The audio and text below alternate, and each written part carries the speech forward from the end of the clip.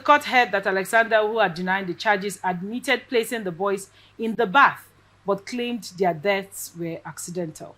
Post-mortem examinations, however, revealed that the children had been drowned or suffocated. Delivering the sentence on Friday, Justice Joel Benathan described the scene discovery by the boy's father as the stuff of nightmares, noting that the children were found lying next to each other, fully dressed for bed. The judge condemned Alexander's prolonged use of skunk cannabis, saying on the evening of 15th December 2022, you had been smoking skunk, probably much longer. You drowned them both by your deliberate acts. He added, from all that I have read and seen of you, I have no doubt that every day when you are awake, you remember and grieve for the little boys whose lives you snatched away.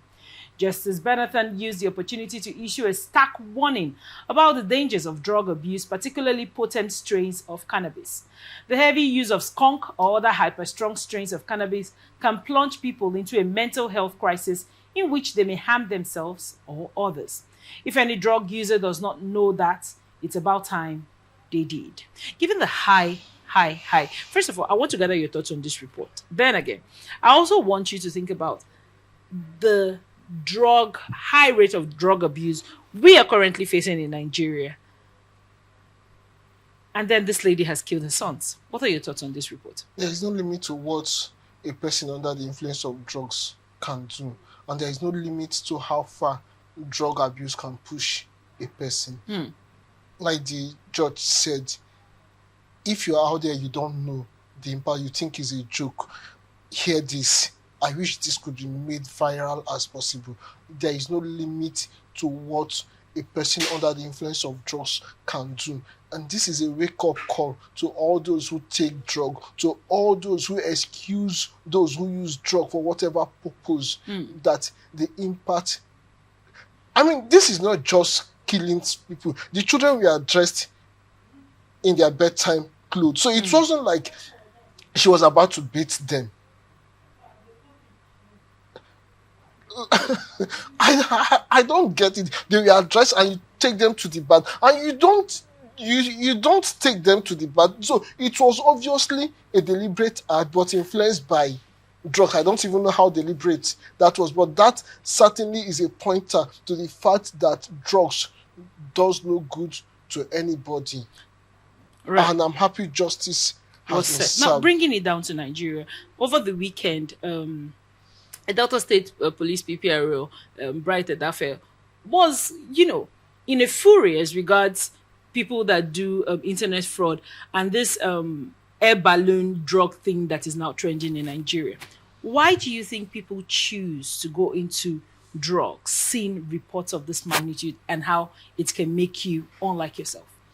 For two reasons. There are now those involved in drugs and drug crime are in two categories. Okay. There are those the traffickers who sell the drugs to make money.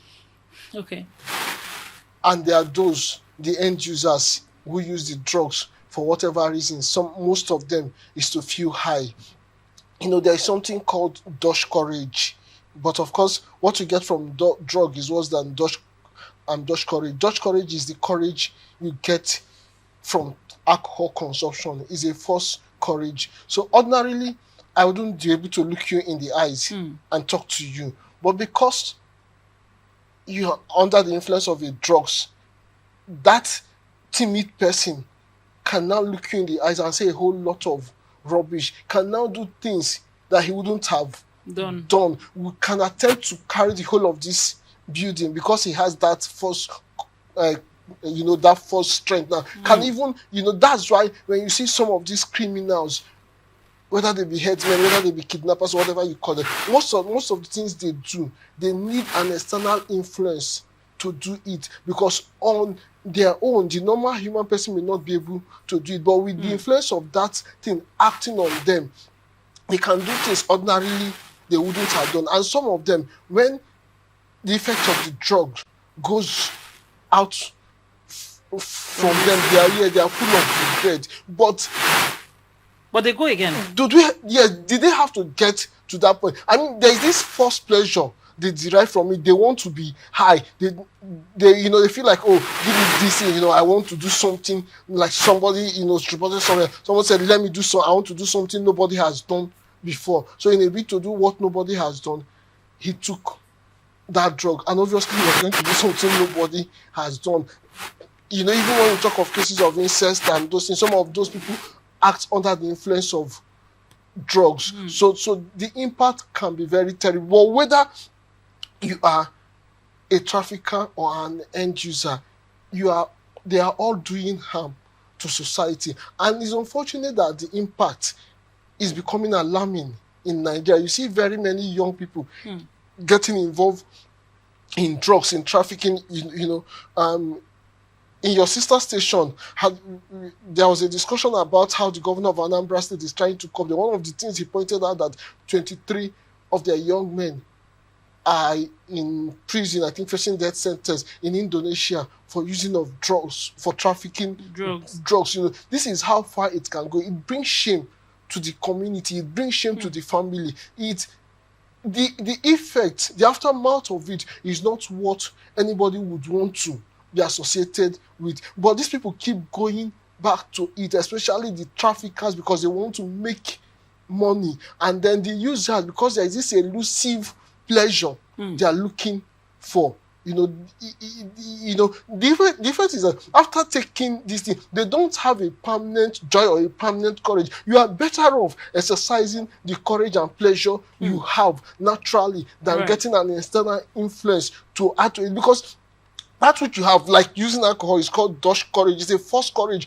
It will never be a permanent thing. You would always depend on that drugs. If I need a drug to talk to you, that means every time I have a meeting with you, I would also need another drugs. And then it continues circles until it becomes an addiction. And when it becomes an addiction, you become helpless. You are a slave tied to it. And even before that point, you don't want this to be said of you, that you drown babies that are your own. This is the joy of motherhood for many people. But she could easily drown them. By the time she's put in prison now, where she doesn't even have access to drugs, after some time, she probably may come back to herself. That is if she doesn't go overboard in her mental state. She becomes herself. She begins to, maybe realize the beautiful time she had with those children, or maybe how her life would have been beautiful